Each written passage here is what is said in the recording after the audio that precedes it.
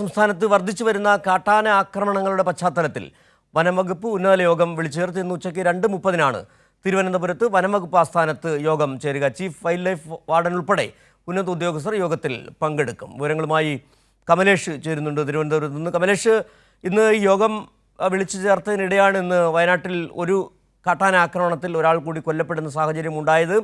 ഏതായാലും ഇന്നത്തെ ഉന്നതതല യോഗം വളരെ വിശദമായി തന്നെ കാര്യങ്ങൾ ചർച്ച ചെയ്യും. കാട്ടാനാക്രമണം തടയാൻ സംസ്ഥാനത്തിന് ചെയ്യാൻ കഴിയുന്നതൊക്കെ കൃത്യമായി ചെയ്യുന്നുണ്ടെന്നാണ് മനസ്സിലാക്കാൻ കഴിയുന്നത്. പക്ഷേ ഇപ്പോഴും തടസ്സമായി നിൽക്കുന്നത് ചില കേന്ദ്ര നിയമങ്ങളാണ്. വന്യജീവി നിയമവുമായി ബന്ധപ്പെട്ട നിരവധി കടമ്പകൾ, നിരവധി മാനദണ്ഡങ്ങൾ, സംസ്ഥാനത്തിന് ഇടപെടുന്നതിൻ്റെ പരിമിതികൾ ഉണ്ട്. ഏതായാലും ഇന്ന് യോഗത്തിൽ വനം മന്ത്രി ശശീന്ദ്രൻ, അതോടൊപ്പം തന്നെ വനംവകുപ്പിലെ ഉന്നത ഉദ്യോഗസ്ഥരടക്കം പങ്കെടുക്കുന്നുണ്ട് അല്ലേ? തീർച്ചയായും സിജു, ഈ സംസ്ഥാനത്ത് ഇപ്പോൾ നമ്മൾ നൽകിയ വാർത്ത ഉൾപ്പെടെ ഈ കാട്ടാന ആക്രമണങ്ങൾ തുടർച്ചയായി നടക്കുന്ന സാഹചര്യത്തിൽ തന്നെയാണ് ഇത്തരത്തിലൊരു ഉന്നതതല യോഗം വനംവകുപ്പ് മന്ത്രിയുടെ അധ്യക്ഷതയിൽ വിളിച്ചു ചേർത്തിട്ടുള്ളത്. ഇതിൽ വനംവകുപ്പിലെ എല്ലാ വിഭാഗം മേധാവിമാരും ഈ യോഗത്തിൽ പങ്കെടുക്കും. അതോടൊപ്പം തന്നെ ചീഫ് വൈൽഡ് ലൈഫ് വാർഡൻ ഉൾപ്പെടെ മറ്റ് എല്ലാ ജീവനക്കാരും, ഉന്നത ഉദ്യോഗസ്ഥരെല്ലാം തന്നെ ഈ യോഗത്തിൽ പങ്കെടുക്കുന്നുണ്ട്. ഏറ്റവും പ്രധാനമായും ഈ യോഗത്തിൽ ചർച്ചയാവുക എന്നത് നിലവിൽ ഇപ്പോൾ ഈ വനംവകുപ്പുമായി ബന്ധപ്പെട്ട് ഫീൽഡ് ഡ്യൂട്ടി ചെയ്യുന്ന ഉദ്യോഗസ്ഥരുടെ എണ്ണത്തിൽ വലിയ കുറവുണ്ട്. അതുകൊണ്ട് തന്നെയാണ് എല്ലായിടത്തും കൃത്യമായ പട്രോളിംഗ് അടക്കം നടത്താൻ വനംവകുപ്പിന് കഴിയാത്ത ഒരു സാഹചര്യവും നിലവിൽ ഉള്ളത്. അതുകൊണ്ട് തന്നെ ഇതിനൊരു പരിഹാരമുണ്ടാക്കുക എന്നുള്ളത് തന്നെയാണ് ഏറ്റവും പ്രധാനപ്പെട്ട ഒരു കാര്യം. മന്ത്രി നേരത്തെ തന്നെ അത് സൂചിപ്പിച്ചിട്ടുമുണ്ട്. ഫോഴ്സിൻ്റെ ശക്തി വർദ്ധിപ്പിക്കുക എന്നതാണ് ഏറ്റവും പ്രധാനപ്പെട്ട കാര്യം. അതിനുവേണ്ടി അല്ലെങ്കിൽ അതിനാവശ്യമായ ചർച്ചകളായിരിക്കും ഇന്നത്തെ യോഗത്തിൽ പ്രധാനമായും ഉണ്ടാവുക.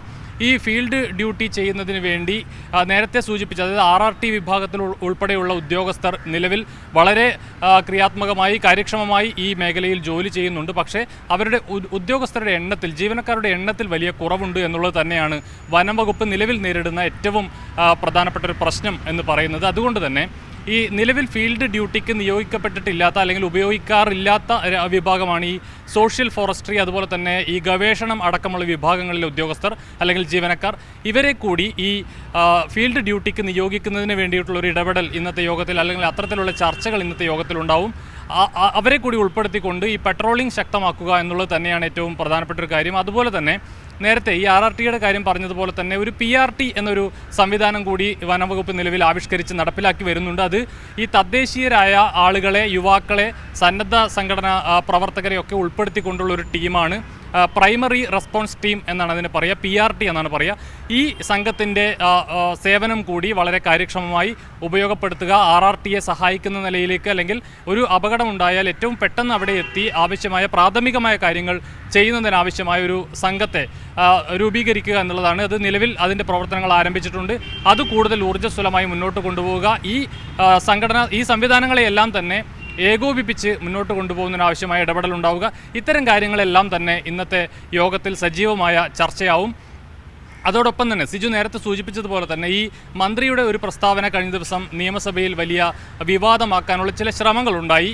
അതിൽ ഏറ്റവും പ്രധാനപ്പെട്ടത് അദ്ദേഹം പറഞ്ഞത് ഈ വനമേഖലയിൽ മാത്രമല്ല ഇത്തരത്തിൽ അപകടമുണ്ടാകുന്നത് എന്നുള്ളതാണ്. അതായത് ജനവാസ മേഖലയിൽ മാത്രമല്ല ഇത്തരത്തിൽ അപകടമുണ്ടാകുന്നത് എന്നുള്ളതാണ്. വനത്തിനകത്ത് ഉൾപ്പെടെ ആളുകൾ കടന്നു ചെല്ലുന്നുണ്ട്, അവിടെയും അപകടങ്ങൾ ഉണ്ടാകുന്നുണ്ട്. അതെന്തിനാണ് എന്ന ചോദ്യമാണ്.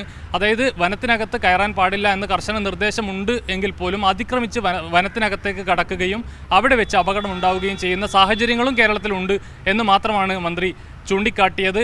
പക്ഷേ അപ്പോൾ പോലും ഒരു അപകടം നടക്കുകയോ അല്ലെങ്കിൽ ഒരു മരണം നടക്കുകയോ ചെയ്താൽ ഇത്തരം സാങ്കേതികത്വമൊന്നും പറഞ്ഞ് നിൽക്കാൻ സർക്കാർ തയ്യാറാകാറില്ല. വളരെ കൃത്യമായ ഇടപെടൽ ഇവിടെയെല്ലാം ഉണ്ടാകാറുണ്ട്. ആവശ്യമായ എല്ലാ സഹായങ്ങളും ചെയ്തു കൊടുക്കുകയും എല്ലാ കാര്യങ്ങളും ചെയ്യുകയും ചെയ്യുന്നുണ്ട് എന്നുകൂടി മന്ത്രി വളരെ കൃത്യമായി കഴിഞ്ഞ ദിവസം പറയുന്ന സാഹചര്യമുണ്ടായി. ഇന്ന് അദ്ദേഹം രാവിലെ മാധ്യമങ്ങളോട് ഇത് ആവർത്തിക്കുകയും ചെയ്യുന്നുണ്ട്. ഏതായാലും ഈ ജനവാസ മേഖലയിൽ നിന്ന് മാറി വനത്തിനകത്തേക്ക് അതിക്രമിച്ച് കടന്ന് അവിടെയും അപകടങ്ങൾ ഉണ്ടാകുന്നുണ്ട് എന്നത് ഒരു വാസ്തവമാണ്. അത് ചൂണ്ടിക്കാട്ടുകയാണ് മന്ത്രി ഇന്ന് ചെയ്തിട്ടുള്ളത്. ഏതായാലും ഇക്കാര്യങ്ങളെല്ലാം തന്നെ ഇന്നത്തെ ഉന്നതതല യോഗത്തിൽ ചർച്ചയാവും സിജു.